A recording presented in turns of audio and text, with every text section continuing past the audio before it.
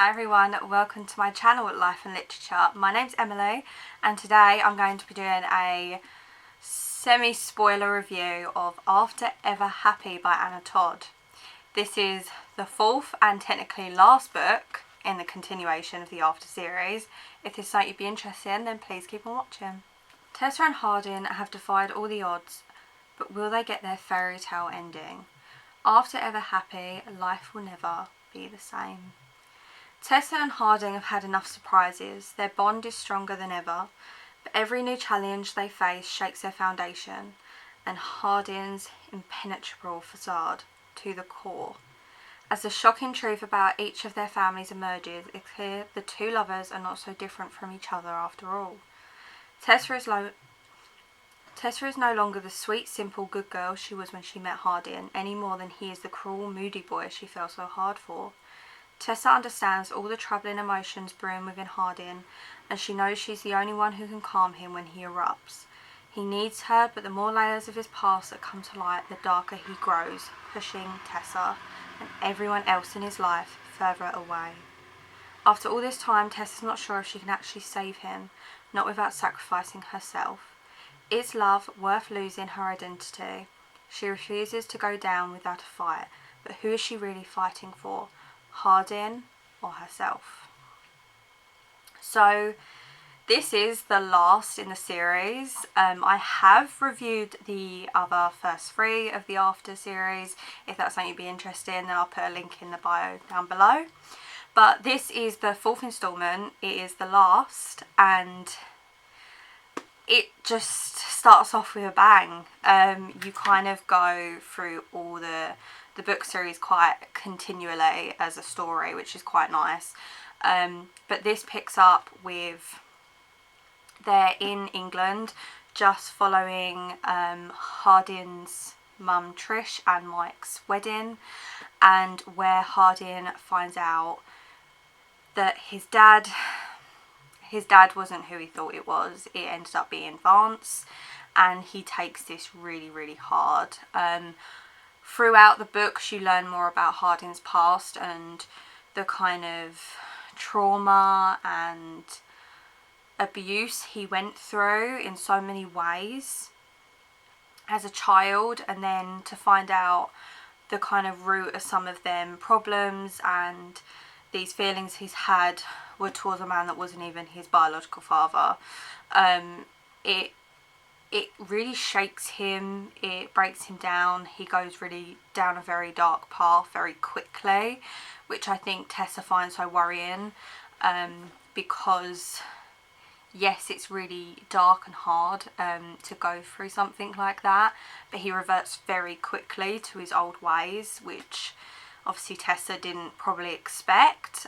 So you get to see her emotions through that as well as Hardin's. I feel like after everything in the last three books, there's definitely a big shift in Tessa.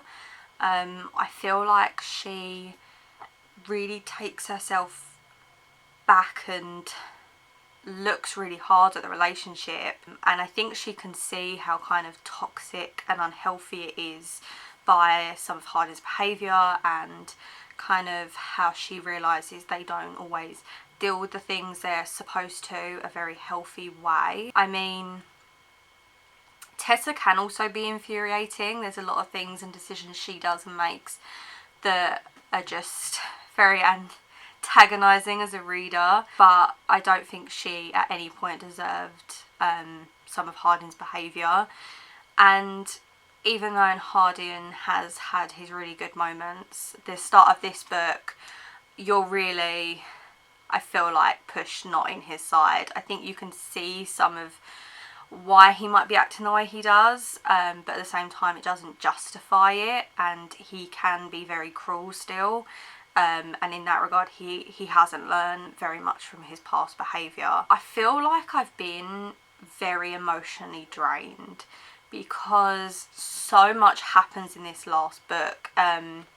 It's a lot of big scenes at the beginning, and I felt drained very quickly. It kind of evens out and goes at a very slow pace, I feel like, towards the middle and even the ending is quite slow paced in just the way it's kind of been staged out. I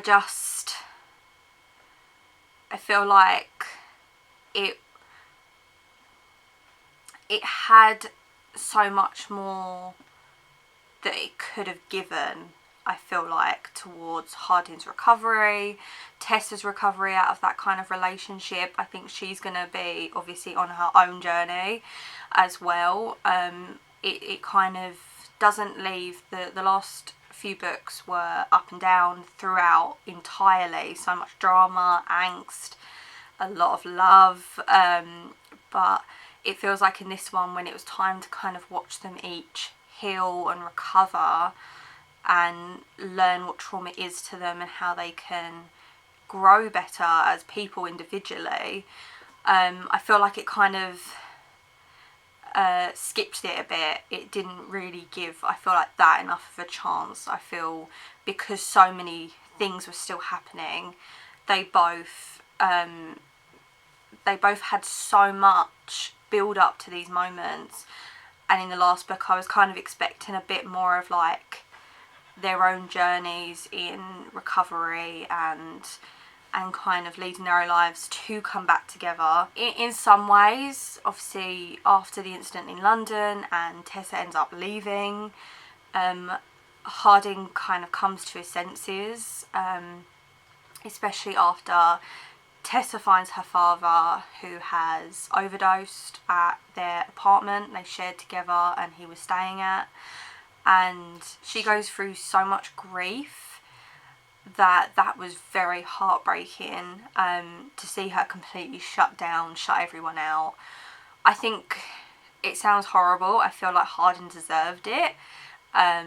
When he came back and Tessa really wanted nothing to do, didn't want him anywhere near her, and I think he deserved that kind of reality check. He's been horrible. He's had some really horrible moments, and he's somehow managed to always win her back.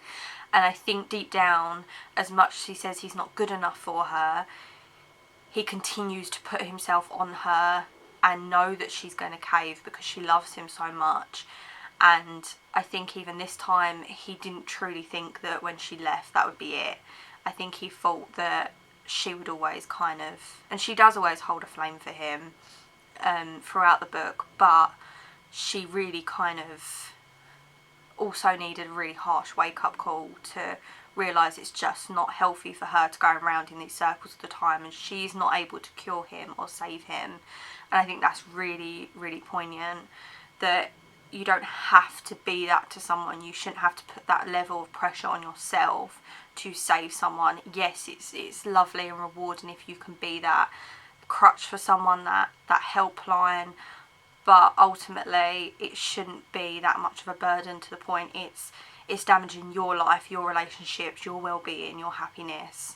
And I think that got to that point with Tessa, and they finally go on their separate ways and they live their separate lives. And I think Hardin still wants Tessa to forgive him, but it doesn't kind of go that way. Tessa needs her time to kind of gather herself and lead her life without Hardin and know what she wants and what she wants to do. And I think that was really great, seeing that moment.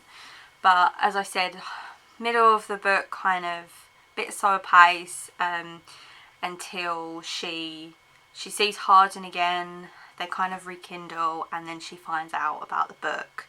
Now, this is a bit on the nose to have a book story being told and then you find out that one of the main characters has been writing the book all along, kind of thing, from their perspective. And it's called After. It was quite a nice little moment to think, especially because it led it up with so many different little hints of Hardin writing in a journal, and the fact he found that helpful for his recovery. But I think the way Tessa finds out about the book and the potential feelings with everyone knowing what their business is, their personal life, what they've been through together. She's a very private person anyway, normally. How she's been portrayed in all these books, she's very private, and I think it was kind of upsetting that, again, he kind of disregarded that element of her personality, that almost he didn't think too much into how much that would hurt her to know that her life is going to be made public in one way or another. So then they separate again and go again, have a bit of time apart and see each other here or there where they kind of kindle some elements of their relationship, but they're still not in a place to have a romantic relationship or partnership again in life. And it has a very natural ending. It's very sweet. I think if you love Tessa and Hardin's kind of growth and arc of their relationship, the love they share and everything, then the ending is going to probably be everything you want and more. I think personally, yes, they both did and do deserve a happy ending. It's not very often books will jump years ahead. You kind of get an idea of what's going to happen, or you get an introduction into potentially how their story's going to end. So it was nice kind of seeing the elements of what happens over the years and the progression. So I did really enjoy that. I did kind of like having that final full stop in the story, and I don't know whether Anna Todd is glad she did that, because most writers won't, just to give them that possibility to write more. In the future, if she wants to go into more detail about the characters, I guess she could always with their children. Big spoiler there, they do have children. I think that was a very sweet moment, and I think Tessa deserved that. That's one of the elements of a family she always wanted, and Hardin, I think, secretly as well. So I felt very committed to these characters, their desires, their wants and needs, and evidently they were destined to be together one way or another. So I did really enjoy it after Ever Happy. As with all books, there's pros and cons with these kind of books. It's got a lot of erotica, it's got a lot of drama and trauma and a lot of heartache, but it has some very sweet moments. London gets married, which is amazing, and Tessa is very much involved, and so is Hardin, so that was really sweet to see his story kind of start of a happy ending, seeing as he's been such an important part in both their lives and throughout all these books. So I really enjoyed that part, but definitely would recommend. I think if you've read the first three, obviously you need to read the last book. You just have to. It needs to finish for you in your mind, and I think it finishes very well in the end. I think if you want to start the whole After series, I think you have to go in with an open mind. I think I read it fairly new to getting into reading. It was definitely the first kind of book that I've read like this, especially a book that's come from Wattpad. It was my first book like that, so I think I was very open-minded to how the story may have been written on a web page and not maybe fully thought out when getting a book deal, and some people are established authors and have all this preparation and training for how their character arcs should be. I still think Anna Todd did a really good job of this series. I think she made really deep, very dark and beautiful characters. They are so complex, and she doesn't shy away from the fact that not everyone's good. There isn't a clear cut that Tessa is the good and Hardin is the bad. They have so many things they've done to each other, both good and bad, throughout the entire series. And I think that's really good and healthy to learn that it's not always typical bad boy, perfect saint girl. It's more depth to that, and I think Anna Todd done a really good job of it. So yeah, if you enjoyed my book review, then please comment down below. I'm just going to talk quickly because this last book is being currently put out as a film. Some of you have probably already seen it, some of you are waiting to see it. I live in the UK. We have no idea what date that's going to be, unless I'm really behind. I try and check to see. I'm a bit gutted when the poster came out, and once again UK's at the bottom with no clear date. Even though Hardin, who is played by Hero, finds Tiffin, and Tessa, who's played by Josephine Langford, they are both currently in the UK doing press.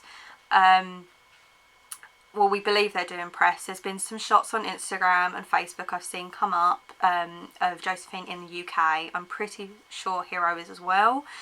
Whether it's for different kinds of things, because Josephine has another film out that's going to be coming out, and maybe it's just a coincidence.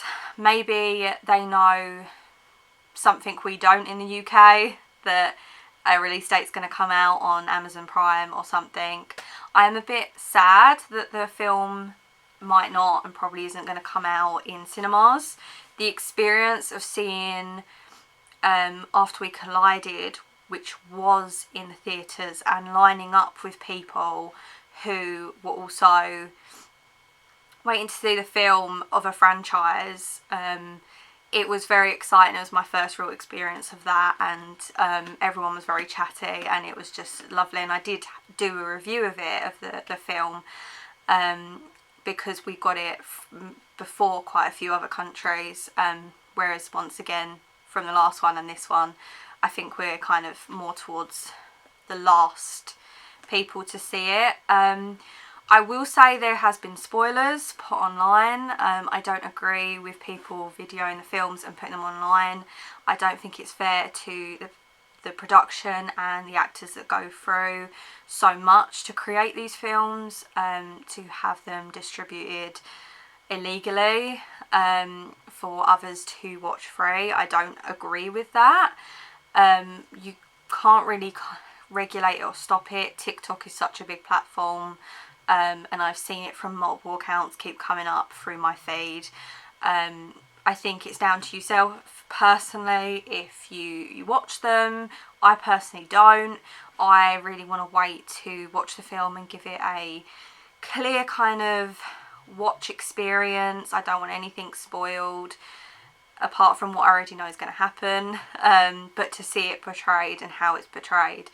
I think Hero and Josephine are really good actors, and I think they've brought Hardin and Tessa into a whole different kind of light. There may not be exactly what I pictured when I read the first book, but I think they bring it in to a whole different ball game with their portrayals of both characters, especially Josephine. I think she is an amazing actress, and she brings such rawness to Tessa, and it really makes you feel for her and just believe her acting so much. So I'm really glad she ended up playing Tessa. I think she is the perfect Tessa, and I also think Hero was a very good Hardin as well. They have now fully come out and said that this isn't the last film. There is one more film that is going to be coming out, and After Ever Happy has technically been split into 2 separate films. I don't know how that's fully going to work. I know there's a lot in After Ever Happy, but from kind of photos from press and different kind of things, it looks like there's quite a lot in the first film, or the first installment of After Ever Happy. So it'll be interesting to see how much they're putting into the second, and separating that. I think it's nice to sometimes give films the full opportunity to go through some of these stories, and allow them. I feel like that was one of the big problems I found with after the very first film that came out of this series, because some scenes felt very rushed. A lot of important parts were left out, in my opinion. Obviously they go into whole other storylines and arcs, which I guess in the main relationship may not be as important, but I think that's what makes you understand their complexity. That makes you understand their kind of very very bad ways and natural reflexes in why they do certain things.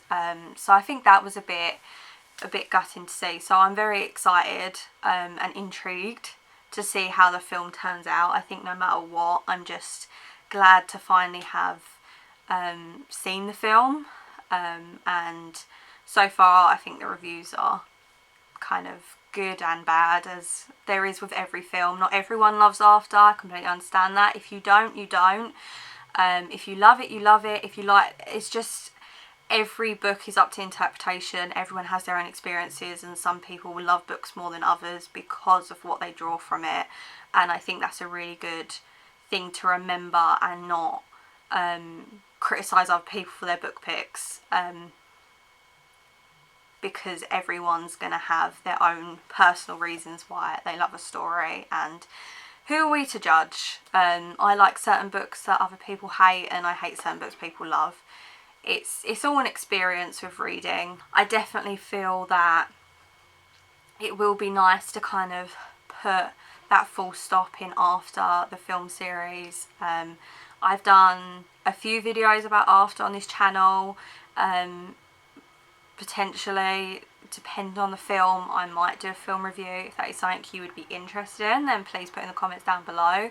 I do read all my comments and like to kind of see feedback, so if that is something you'd be interested in, then more than welcome to put a comment, even if it's a flat out no. I wouldn't be offended. But like the video if you did like this video, subscribe if you haven't done so already, and I shall see you in the next one. Bye.